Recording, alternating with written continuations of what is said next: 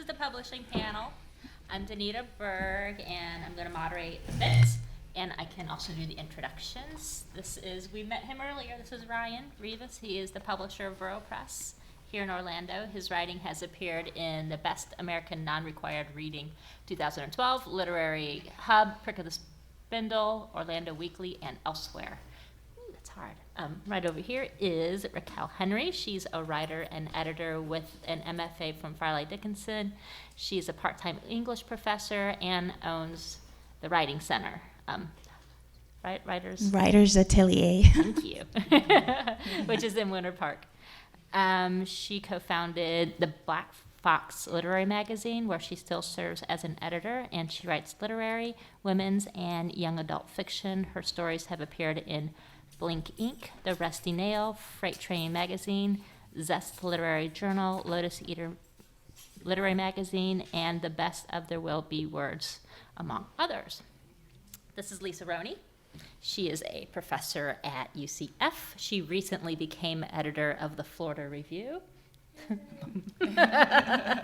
as well as the section editor for the New Journal of Creative Writing Studies. Last year, she published Serious Daring, Creative Writing in 4 Genres with Oxford University Press, which includes a 60-word anthology that she edited. Her own writing has appeared in numerous literary magazines, and she has worked closely with her editor at Holt on her book-length memoir, Sweet Invisible Body. She has MFA and PhD degrees from Penn State, and I had to look up these words. I'm like, Lisa, gosh darn it. But she gives most of the credit for her acumen as an editor to her mother, who never lets a solecism get past. Did I get that right? Yeah. Okay, cool. Great. I'm Danita Berg. Hello. I chair the English department at Full Sail. I'm the founding editor of Animal, a Beast of a Literary magazine. That's an online mag. I put some postcards downstairs if you want to take a peek. My MFA is from Goddard College in Vermont, and my PhD is from the University of South Florida down the road. My work has appeared in Redivider, Southern Women's Review, Quay, Black Market Review, and Houston Literary Review, and others, and then some nonfiction collections, including Press Pause Moments, essays about life transitions by women writers, and Shifts, an anthology of women's growth through change. So I write about women too. I'm the co-editor of this pedagogical collection on teaching writing, creative composition, inspiration, and techniques for writing instruction. And before I came to Full Sail, I founded and directed the Red Earth Low Residency MFA Creative Writing Program at Oklahoma City University. So that's us. And what we're going to do is a quick little round robin with a few questions to talk about our publishing experiences, and then we'll open it up to you. Okay? So our first question is to everyone. How have you published your work, and what was the process? I guess we'll start down there. I feel derelict. My work or? Yes, your own personal work. My own work, yeah. Though I'm currently more proud to be an editor and publisher than a writer, at some point in life I was publishing my own, mainly fiction, and lately essays. I do it by, it took me about 10 years after I graduated with an undergrad degree in creative writing to realize that all the advice I had been ignoring was probably good advice that I should listen to. So now that I go back to like some classes at UCF and talk to them, I'm like, you don't really need me to say anything. You just listen to your professors. And the sort of rules or guiding principles of that have led to success in publishing, I think, are making damn well sure the work is good to go, done, slaved over, and ready. The subpoint to that is if you can find a trusted reader to look over your work and give you critiques, for instance, if you're not in a workshop or in school, then that's that's helpful in knowing when your work is ready. But at the very least, if you want to put the work up on clothespins and shoot it with a gun, it's probably ready to go by that time. And once it's ready, doing your research on where to send to. Not sending poetry to fiction magazines or to magazines that don't publish poetry, and not sending genre fiction to literary magazines. Getting to know the publishing world and what's out there.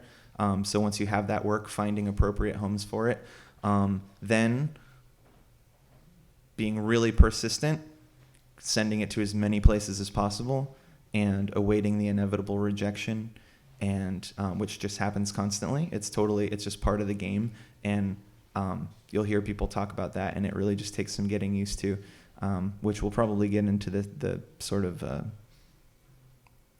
this idea of like how a piece can get accepted or rejected at a particular magazine. And there's just so many ins and outs that the nature of the whole industry is rejection, and just kind of embracing that and getting used to it over time. And really the only way you're going to do that is if you write a lot, you perfect a lot, and you try to put it out into as many places, appropriate places as possible. So that's my best advice for putting work out into the world.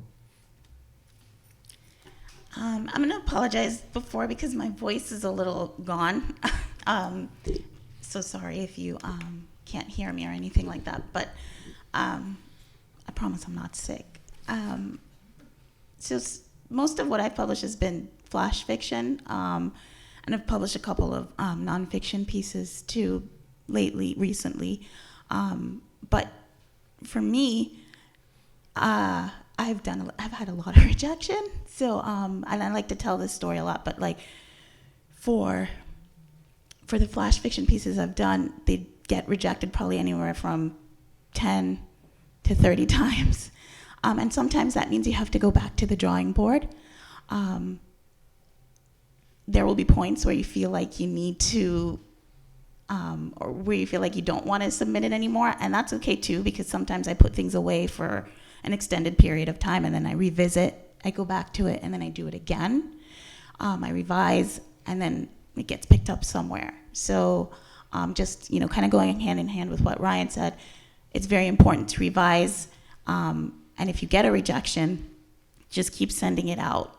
It's also very important to pair it with the magazine or the publisher that's right for it. Being the editor of Black Fox, I see writers. I've got writers that come back like I've lost count now, but sometimes we actually do end up publishing their work. There are people who we keep, obviously we keep passing on, but we do have a couple writers who keep submitting work and keep coming back, and then we end up publishing their work, and that's sometimes because the piece just wasn't the right piece, or maybe just one thing we didn't like about the piece. It just didn't work in some way. But we do have writers that come back and we end up publishing them. So just keep submitting your work and keep getting it out there. It's hard to know kind of where to begin with this question. I was first published when I was a high school student. And it was a poem, and I will tell you, it was so bad. I guess the only thing I can remember specifically that might characterize how bad it was that it had the word yucky in it.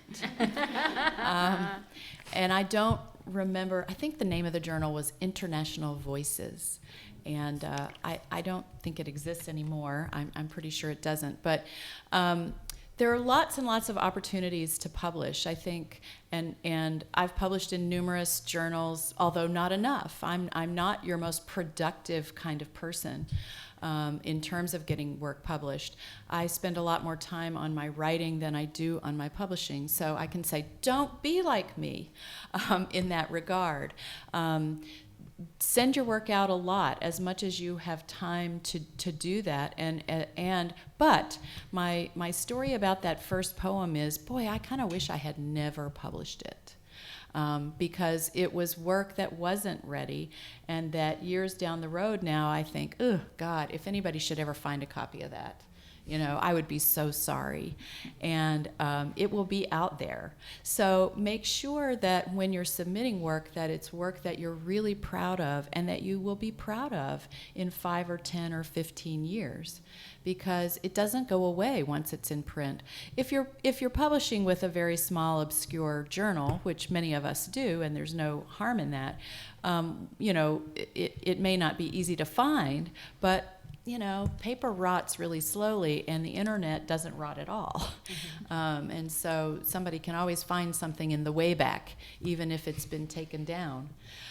So those are just, a couple of things to think about. There are more complicated processes when you work on a book-length manuscript, which requires a lot of, planning ahead and negotiating and writing proposals as well as the texts themselves, and those are other kinds of things that we can talk about if you have questions about. But the other thing I want to mention is patience, which we don't often really think of in association with writing, but patience is in some ways, I think, the most important quality for a writer to have. There's patience in terms of each individual piece that you're working on. Like, how many of you here write when you have inspiration?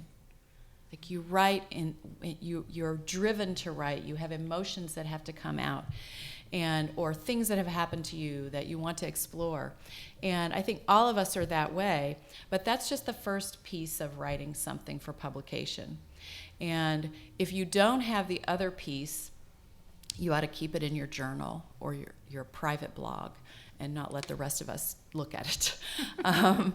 And so there's a lot of patience for this that you have to take into the second part, which is the revising part, which is the putting it away and coming back to it part of writing, and then the submissions process, because I have a friend who had a piece. This is the longest one I've known, but this was a piece that he really believed in. It was very quirky. It was a very strange piece, and so he knew it wasn't going to be for everybody. He submitted it more than 70 times. And he did revisions a couple of times when people gave him feedback about it that he thought was good. But the 70th time that he submitted it, it won the Baltimore Review Fiction Prize. So there are several stages where patience is really important. There's a great essay out there by a guy named Ted Solitaroff called Writing in the Cold. And it talks about how many, and it's an old essay by now, it's probably been out 20 years, but he talks about, as he had been an editor of a journal, and he talked about how many fabulous, talented young writers whose work that they would see that might not be quite ready, or they might publish them for the first time. And he had gone back some years later to find out how many of them had made progress with their writing careers. And he found that probably 50% of them had disappeared entirely and were no longer publishing at all. And about, 10% had gone on to have, somewhat substantial careers. They were easy to find, they were easy to track down, they were still writing and publishing. And then the rest of them had kind of eked out, some publications, not a lot, hadn't become well known. And he was talking about that quality of perseverance that you really have to have. It's a difficult thing to maintain in the face of so much rejection, but it's really, really the most important thing. So. She took all of my answers. No, I'm kidding. No, I'm teasing. I've been publishing. I started as a journalist, so I never really had the luxury of time that other artists, pretty much like you, are on deadline. You have an hour. So I was like, okay. And so when I started as a creative writer, I really didn't understand why people were so laborious with I'm like, just write it, get it out there. And so I did with my first story, and it got accepted on my first try, and I thought it was pretty amazing. It was a horrible story about a man that turned into a tree that then ate people. I don't know. It was really bad. And I'm very glad that I've changed my last name twice, because it would be very hard for you to track it down. And so I was like, well, see, it's not all that hard, you guys. And I was doing my second undergrad degree in creative writing at USF. The second story I wrote, I liked more and started throwing it out there. It took 100 tries, as well it should have, because it wasn't all that amazing, and I was just being a stubborn person to get that story out there. And then as I look back on some of those things, I was like, ooh, that was a rough one. Ooh, and I started getting more picky about what I put out in the world and what I kept to myself. And sometimes I'm writing something that's really intensely personal, and even though I think it's done, I'll hold on to it for a while until I'm emotionally ready to put it out there in the world, because I know what kind of impact it's going to have when other people read about it. My process is I'm usually writing about a half dozen different things at any time. And I keep an eye sort of on what people are looking for. So if I noticed, for for instance, something just came out about people who are living in their 40s, and I'm in the process of adopting a child right now.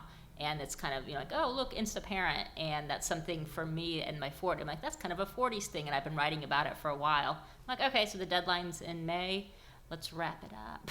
And so I'm writing about that now and I put that at the front. That doesn't mean it's going to get picked up. There's a chance, but then that's how I'll finish that work. But then there'll still be other things that if I'm not, into writing that work, I'll go to something else. So I'm usually editing or writing something at any given point, and then I just kind of keep an eye out for what people are looking for, because blind submissions, just throwing stuff out in the world and hoping that it gets picked up, has less success for me than kind of watching and seeing what people want and then offering it to them. Okay, another question. How did you make the transition from a published writer to becoming a publisher? So before, I guess I became a publisher in 2011-ish, 10-ish, when Burrow Press started. And I actually hadn't published too much work before that. The whole endeavor arose out of a desire to meet other writers, specifically fiction writers, in Orlando, where I had moved back to. So there was a lot of open mic poetry, a lot of slam poetry, which is great, but wasn't my thing. So I actually decided that meeting other writers by bringing them together to publish them in a book and later online and then in more books might be a good idea. I wasn't sure, but it turned out to be a pretty good idea. I met a lot of people in this building and in this room through doing that. So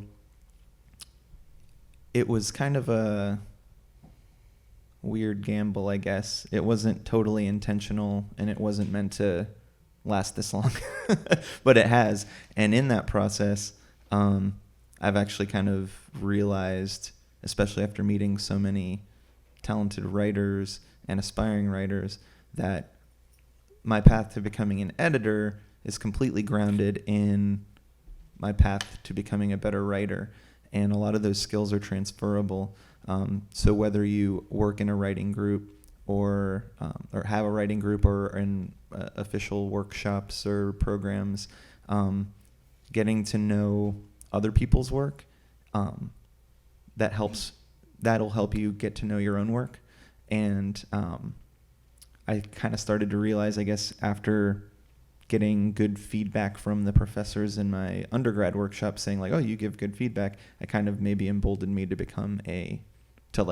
do this outside of academia and see what I could do with other people's work. So the transition sort of happened randomly, but it wouldn't have happened at all if I wasn't interested in writing and studying my own writing, if that answers the question. So I got into publishing Black Box after being at my MFA program I used to be a reader for the Literary Review, which is TLR. It's the magazine that the MFA program publishes at Fairleigh Dickinson University. And I was reading a lot of work and seeing that the things that I wanted to publish weren't the same things that the professors that oversaw it wanted to publish. And so I got together with two of my friends and we said, wouldn't it be cool if we had a magazine, and it, could publish work that, regardless of the genre you wrote, as long as it was good, they could all be next to each other. And so that's how we started publishing Black Box. I didn't think it was going to turn into what it is today, because I didn't even think it would be running that long. In this summer will be 5 years since we've been publishing. And one thing I like about doing it is that it helps writers, because we sometimes offer feedback with our work. So we actually we just started doing categories where you can pay for feedback. But sometimes I'll just offer it just because I really like the way a writer may have written a story, but there might have been a couple of things that were off. So I'll sometimes say, hey, look, we really like this, but these are the things we had hang-ups on, and encourage them to submit again. And we've gotten a lot of positive feedback from that. While I love being a writer and I love feeling, how great it feels when you get your work in print, I also like to help writers, and I like when they come back and they tell me, hey, your feedback really helped, or hey, that was my first step to publication, and now I've been publishing stories in all these other places. So that's kind of how we got into it, or I got into it, and why we keep going with it. I'm from a family of editors and writers, so the editing process has always been part of my life, I think. My great-grandfather was a newspaper editor, and my grandmother wrote little religious poems, and my mother, who is an educator, and she actually became eventually the editor of a national education magazine, but she the first writing workshop I ever went to was one that my mother belonged to. She's been an amateur poet, and she belonged to a writers group when I was in high school, and so I would go with her to her workshops. And so I learned a lot very early on about the kind of feedback process and the way that writers do support each other and help each other with feedback at kind of different levels. And I was always very, very aware of literary magazines and the process that went into publishing them. And myself, I did my bachelor's degree in studio art, but I had skills as an editor, and so one of my first professional jobs was actually as a magazine editor for an alumni publication at the university where I eventually did my graduate work at Penn State. And so I had all of that kind of experience in putting together publications before I did my MFA. And in my MFA program, we didn't have a literary magazine at my university, and so I kind of moved away from that, but have been a teacher, of course, all this time.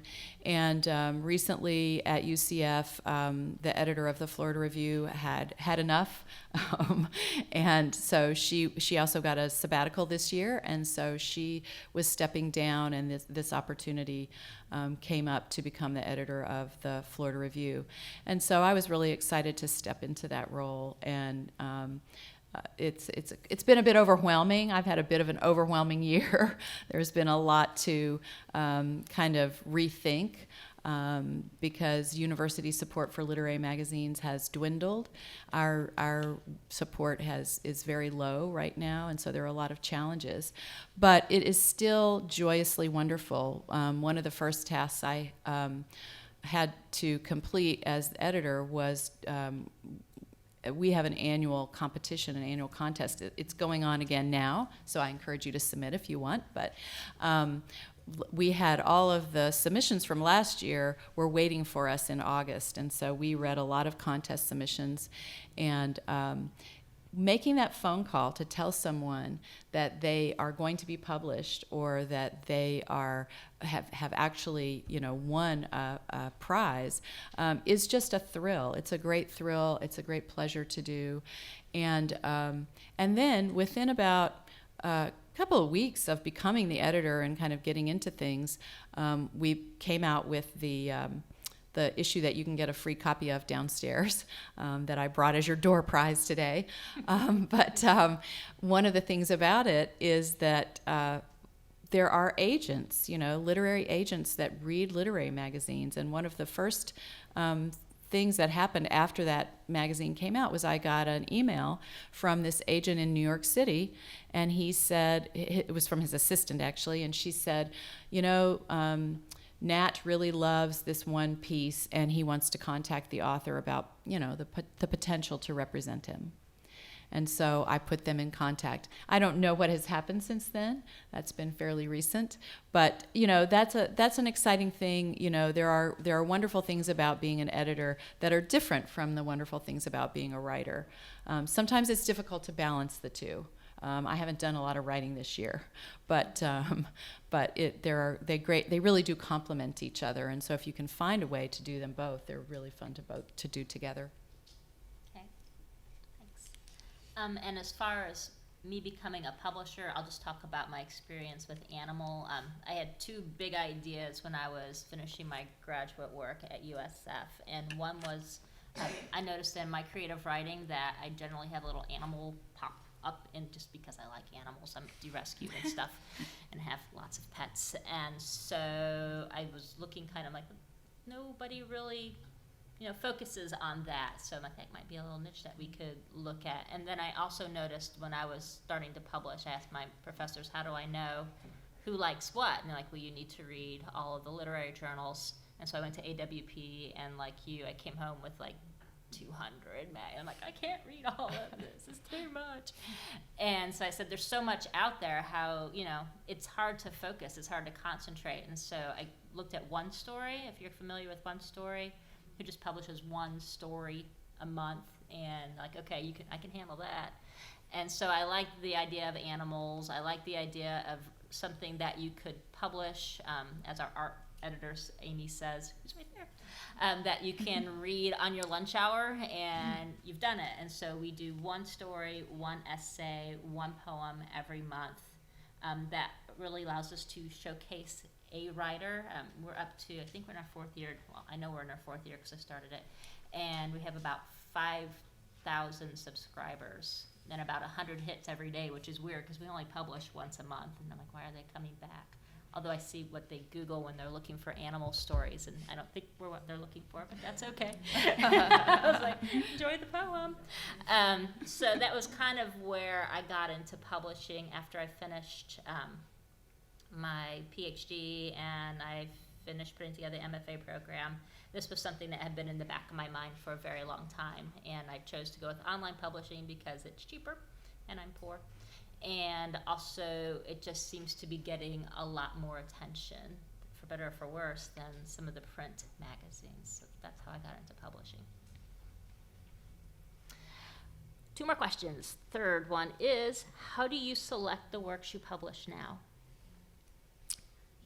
We're going to keep this order, right? Okay. Yeah, why That's not? equitable. You Okay. can go the other way if you want. How much time do we have? About 25 more minutes, but I bet we can be quick with these. Yeah. Yeah, I'm going to be quick. I'll be quick. So we publish books in print and online. And unfortunately, because print is expensive, we can only do about 4 a year. And because of that, if we were to open submissions to print books, we would get, which we have done, we would be really flooded with them. And it would take us longer to sort through those than it would to publish 4 books in a year, like work-wise. Those up when we can be bigger. We mainly work through solicitation of authors for print books, meaning we contact authors that we admire and say, do you have a project? Would you like to send it to us? We'll consider it. That doesn't mean we're going to publish it, but that's how we do our print books. Online, our submissions are completely open, so we publish 1 story a week on Burrow Press Review, whether that's fiction, creative nonfiction, and poetry in April. And it's a lot better for us because anyone can submit absolutely anything. We're narrowing our online focus too. We have like another project called Fantastic Floridas, which is sort of the crossover between books and literature in Florida. And so that's also open submissions year round. So the tie-in is that if you submit to us online and we've published your work before, you become familiar to us. And so sometimes we'll solicit authors that we've first published online because we really liked the story that that they sent to us and that we published. So it's kind of a good way to get your foot in the door, especially if you're dealing with a publisher or literary magazine that has both an online and a print component. We're available online and in print. We offer the magazine online for free, and that's just because initially our mission was just to publish good work. So anything we make from print sales kind of just helps support the magazine. And we do print on demand just because we're really small. We don't have the funds to put out and buy orders in bulk and just have them sit there. So we publish. We do print on demand. And in terms of selecting work, we just simply we have a submissions manager, which some of you probably know, Submittable. We use Submittable and we allow people to submit that way. We only publish 2 issues a year, even though we started out publishing quarterly. And that's because both of my colleagues who started the magazine are in PhD programs, and then I started the Writing Center. So we figured let's just do 2 really good issues a year instead of trying to stretch it out and do 4 and some of it, not be as good. So our periods run in 6 months. We have rolling submissions. We just have a specific cut-off date to be considered for the given issue. Anybody can submit. It's open to all genres: poetry, creative nonfiction, and any genre of fiction. And yeah. The Florida Review is in a transitional phase right now, so we are looking at a lot of different possible models. Traditionally, the Florida Review was supposed to be published twice a year in print only, and it's been difficult to maintain that publication schedule over the last previous years because of the financial issues with a print publication. We're currently looking at a number of different models. We're in the process of redesigning our rather old-fashioned website, and one of our possibilities is looking at developing a new category that would be separate from our print category, at least for the time being. So instead of printing, having an issue that's fully online and that you could print, we would have separate online and print issues. So we're looking at that, trying to figure out how we can manage yet another editorial process. We want to create more engagement.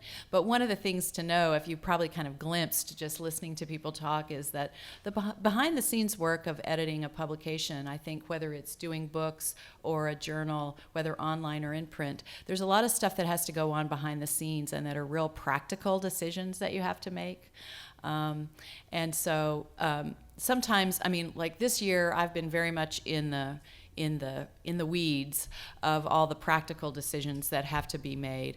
But we are looking, I have a wonderful editorial staff of volunteers that I have put together. Nicola Quendo, who some of you may have heard downstairs on the flash fiction panel. She's our nonfiction editor, and our poetry editor, who actually, Kenneth Hart, he resides in New Jersey. So, and other people have, Susan Fallows is managing our chapbook competition, which we have once a year in honor of a previous editor. And so we have a lot that's going on behind the scenes and a wonderful staff of people who are screening submissions. One thing I will say, which might be helpful for you all, is that we get between about 2,500 and 3,000 submissions a year. And you can imagine how that impinges upon your time, trying to read those submissions and give them their due. Pay close attention, take a really careful look. How is this work functioning? How is it going to come to our readers? One of the things that I know that Nicole and I have talked about, and other staff members and I have talked about, is that divide between the old-fashioned kind of literary magazine and doing something that is a little more cutting edge. And so that's one of the things that we're trying to move toward: more experimental work in our journal, looking for things that are exciting and new, although we are not to the point of publishing genre fiction, but looking at things that might be in that borderland between literary and genre work. So that's just where we are now in our transitional year. Okay. And how I select the works. We have one editor for each genre. Right now I select for nonfiction. I have another editor for fiction. I have another editor for poetry. We're a small online mag, and we still get, I think Stephen, our poetry editor, gets about 100 submissions of poetry, and he's quick. I'll get about 10 to 20 essays. Our fiction editor will get about 30 to 40, so sometimes I back him up if he's like, I'm getting behind. But we don't get paid. This is just something we do for fun. And it takes some time. My Sunday mornings, that's what I say, this is what I do between 9 and 12 on every Sundays. I go through and I look for works that I think will work for the mag. Again, we only choose one a month. Sometimes I will, if it shows potential, I'll put it aside and hold on to it for a while. So if your work has been not selected for a while, it could be a maybe. So don't be rude to the editor and like 1 month later go, why haven't you read it? It's a maybe, or they're busy. hang tight. Sometimes if I have a lot of time, I'll see a work with promise, and I'll work with that writer all month and say, I see the promise in this. You have a lot of exposition, and you got to figure out how to use a long dash, but we're going to work on that, and I'll fix it. If I'm really busy, I'll find a polished work and say, here, pick. So it kind of depends but there's usually promise in things. And I also look at, you'll learn it in your creative writing classes, be kind, be polite to the nice editor who really is advocating for you and wants to publish you. If you send nasty little notes like, read my work, I'm a smart ass, I'm like, no, because I'm busy. But if you're like, hi, this is who I am, and you know and you look at the submission guidelines and follow the rules, because there's a reason why we ask you to submit the way we do. We'll take a look at your work, we'll get to you, and if it takes a little time, there's a reason why we're not ignoring you. If it's been a year, it's not bad to say, hey, did you get it? But like I said, sometimes if the work is slow, or if I have some time, I'll go back to a work and say, I see the promise here. I think that if we shaved off these first 3 paragraphs and you worked on this part at the end a little bit, I'll work with you all month. We publish people. And we really like to give new writers a start. Stephen just picked a poem from somebody, and we had a little awe moment because it was a student who had gotten into a creative writing program and mentioned that he had been reading us for 4 years since high school, and we're like his first publications. Yay! And so it makes us happy to do those types of things. And the work was pretty good. So just, even putting a little personal touch on what you tell us when you submit can sometimes help. Should we just open questions? Do you want to open questions? Yeah. Should we open questions? We'll open questions. What questions do you have about publishing? Yeah. It actually goes right off what you were saying, and that is industry-wide and specifically for you. What do you want to see or not see on cover letters? Should they be short, long? Should you, I know you shouldn't explain your work because it should stand for itself, but I hear other things. I've heard things, read things. You should read the journal first and have a paragraph about what you enjoyed from that reading, and other people that just say, just send it, don't say anything. Yeah, you want to go down the line? Ultimately, yeah, it doesn't matter. A polite cover letter with a bio or this would be my first published work, addressed to the editor or dear editors. Personally, we don't really read them. Like, it doesn't really matter. Just don't say something terrible like, you better read this. Mm-hmm. I read them because I want to see if they're from Florida. Or where they're from. But what I don't want to see is not if it says dear Ryan Rivas, because I'm Racquel, right? So I get cover letters all the time where the writers will address it to another editor or it's another magazine. So that's kind of, it's insulting a little bit because it feels like you didn't pay any attention. I like to see it when they say, hey, I've read this story, I really enjoyed this piece, or, I've been reading the magazine in a while, or whatever.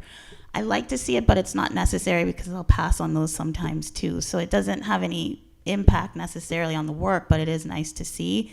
And it might make me take more of a careful eye when I'm reading, because I kind of know within the first literally few lines if I'm going to pass or not on a work. Yeah, we have a lot of reading that goes on at the Florida Review that's blind reading, which means people don't know who the author is and they don't see the letter. I don't read blind. I read the letter usually. I don't pay a lot of attention to the letter. I'm kind of with Ryan on that. I really want to focus on the work. But there are some things that if people do, I want to know. I want to know if the person has been published in the Florida Review before. I want to know, and if they say they have, or if they say they've received, like right now I'm in a transition phase, so many of them have received, an encouraging rejection from the previous editor. And in that case, I want to know that so that I pay attention and treat their work slightly differently. But at the same time, really it all comes down to the work. And so a very simple, straightforward cover letter is is what I would say is the best. And there, you know, if there's a way that you can put some personality into it without just becoming weird, I think that I think what people try to do is they try to put personality in, and then it becomes awkward. And so it's really a fine line. I would say that, you know, it's fine to save the personality for if somebody expresses an interest in your work. And then your personality will come out. You may develop a relationship with that editorial staff or that editor, but short and sweet and factual is really what we appreciate. Yeah, and I would just back that up and say the same thing. I look at, much as when I do hiring at Full Sail, I might look at the work first, I might look at the CV, I'll look at the work story, but then I am going to go back and read the letter. And if there's something, some people have wonderful CVs, and then what they say in their cover letters are so weird that I was like, oh no, you're not gonna fit. Or they call me sir. That's not good. Yeah. Dear sir. Yeah. I got one of those, and I was getting really close to calling that person and giving them a job. I'm like, nope, I'm a woman. But so even with the publishing, I'll look at it. If they mention that they read something previously that they liked, that makes me happy. Okay, you actually have read this, and it's not just a blind, you've sent this out 40 places and you've got your fingers crossed. Right. But if the work has promise, as long as the letter isn't rude or addressed to an editor that's been gone for 2 years or something along those lines that shows me you're not paying attention, I'll work with you. What are some, because you guys read hundreds of submissions, is there a certain writing mistake you guys see that just irks you? I'm just curious what those common pet peeve moments are, and when you come across those minors. I know you guys have a list.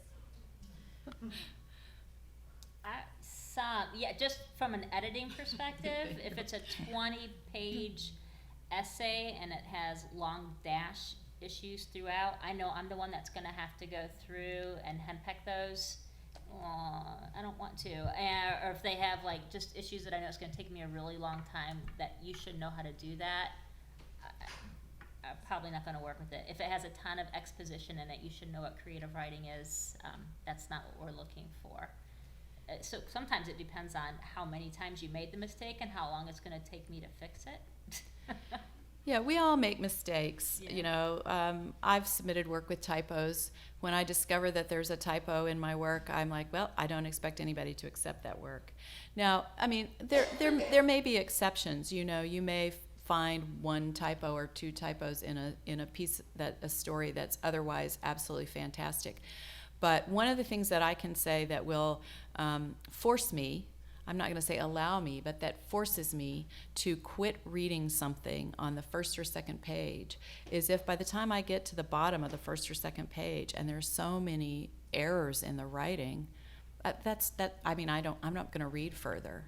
There's no way that the quality of the work is going to be strong enough to overcome someone who can't write a sentence.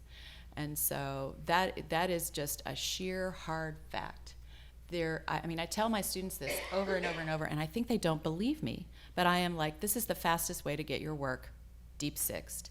It is not going to happen. You cannot construct an entire story or a fabulous, poetry is a little different because the rules get played with a lot more there, but you cannot write a fabulous piece of prose if you cannot write a sentence, period. I don't care how great your idea is. So that's my pet peeve. I have a lot. Yeah. Me too. And it's hard because I'm on the spot, but like when I'm reading submissions, I'm just, I have a list somewhere where an ongoing list of things that I notice writers do all the time. But for me, one thing I notice all the time is in fiction, writers, I guess they don't know how to format dialogue, which I find a little bit mind-blowing. If you're going to submit to a publication of any sort, you should know how to write dialogue. So I get a lot of submissions where the dialogue is just not formatted correctly. And this might be more of a stylistic pet peeve, but very rarely do I like a story that begins with dialogue. That's just me. But I feel like in fiction particularly, if you're going to just start with a character, I don't know who the character is. So when you start with a character talking, I mean, how am I supposed to feel a connection in any way to that character? Now, are there exceptions to that rule? Absolutely. But that's just one of my little pet peeves, and I'm seeing a lot of stories that begin that way, and I don't know who those characters are, so it's very hard for me to get into a story like that. I've seen emojis in work. I can't even imagine putting an emoji, but I've seen emojis in work and in across the board in poetry and fiction and nonfiction. Yeah, those are just a couple of things that I can think off the top of my head. But I think just to say something slightly different and not repeat, not typos or anything like that, but writing-wise, one way to get my attention specifically is to jump into the story, like find the conflict. So many stories start 3 pages after they've actually been written. And that's not to say you need to write a fast-paced potboiler, whatever. Some stories take time to unfold. Long-form stories don't always jump right out of the gate. But if you have that kind of story, you have to capture me specifically, at least with your language and a command of sentences, and you have to pull me in somehow. And so it definitely helps to have a very strong opening, strong first sentence, strong first paragraph to make me want to keep going and kind of pull me along. I'll forgive a couple typos here and there. Egregious stuff, though, I start to wonder. And it just starts to, the more you see, the more you're like, maybe I shouldn't work with this writer. But yeah. strong voice. Strong voice. Yeah. Yeah. Mm-hmm. I think we can do one more. Hi. So I have a question about if you are trying to launch an online publication. Do you have any advice as far as how to get and maintain readership or something like that for a new literary online publication? Want me to go first? Yeah, you go first this time. Okay. When we did Animal, we looked at all like creative writing opportunities, all the different places that will list for free. I'm trying to think. New of the- Pages? New Pages, some other They places don't do that it for free anymore. Duotrope, right? Duotrope. Yeah. Okay, Duotrope. There's a few different places where you can advertise and say we're about to come out. Social media can be very helpful, especially if you have on your Facebook, tons of friends who are writers. And like, spread the word, and they'll help you out. And then it grows if you stay on top of it. You don't want to be shameless and annoying about it. Every day, hey, look at my magazine, because that gets old. But I'll do that. We have a new issue coming out Tuesday, and so I'll start working on it tonight, and usually on the weekends I'll put a little, hey, don't forget we're coming out on Tuesday on my Facebook pages and on Twitter and things like that, and that's really been helpful for us. I think that it may take a little while to build a readership, Mm-hmm. but using the authors that you are publishing as sort of advocates is good. Mm-hmm. But really, to get a readership, at least as far as I think, I'm not very business-minded or marketing-minded, but I think something that maybe Burrow has done in our online review is just been dedicated to trying to get as many readers as possible, thus luring more authors and thus spreading the word more and more. And we do that in a few ways. One, we work similar to Danita in that we just do one story a week. So we can focus on promoting one story every week. And we'll do that through Twitter in different ways and innovative ways. We'll do that through Facebook in innovative ways. And then every month we'll recap them in an email blast that goes out to people who follow our email list. So you can have people who want to engage with you on different platforms not miss what you're publishing. If you're a Twitter person but not a Facebook person, if you don't want to get emails from us, if you're signed up for one thing or another, you'll find the stories that we're publishing. And then lastly, nominating them. Well, and actually, if you do WordPress, people can even subscribe to get emails in their posts. So making it easy for people to find the work. And then lastly, kind of proving your dedication to the writers by every year nominating them for awards, being as engaged as you can in the online literary journal community, and kind of doing your due diligence to be as holistically, like doing all the things that, pretending you're a big journal at first, and then growing into it. Mm-hmm. Yeah. All the time we have. Do you want to do one more? Do you want to do one more? Anybody have like something compelling? I put them on the spot. Everybody's ready for No lunch. lunch. Lunch is compelling too. Well, Thank and you. I'm sure any of us, if you see us milling around the rest of the day, will be glad to answer any other questions you may have. Yes. Thank Thanks you. for coming. Thanks for listening.